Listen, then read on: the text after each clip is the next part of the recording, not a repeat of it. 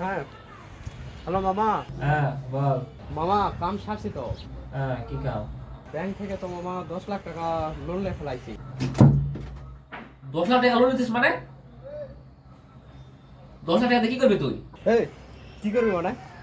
কালকে না রাত্রে তুই আলোচনা করলি যে এটা করবি সেটা করবি, বিজনেস করবি, এলন মাস্কের নাকি পিছনে ফেলাইবি। হ্যাঁ, এখন বলতেছিস কি করবি? আরে বোকা চোদা, এলা বিজনেস তো গপ্প তো প্রতিদিন মাল খাই পড়ে থাকে করি রে। তারপর তো সিরিয়াসলি নেওয়া লাগবে। বোকা চোদা। এ শোন, এলা পাগলামো করিস না। আমি অত কিছু বুঝি না।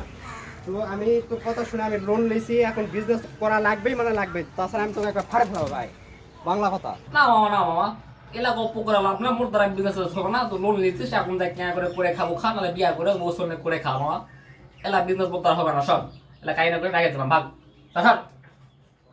হ্যাঁ।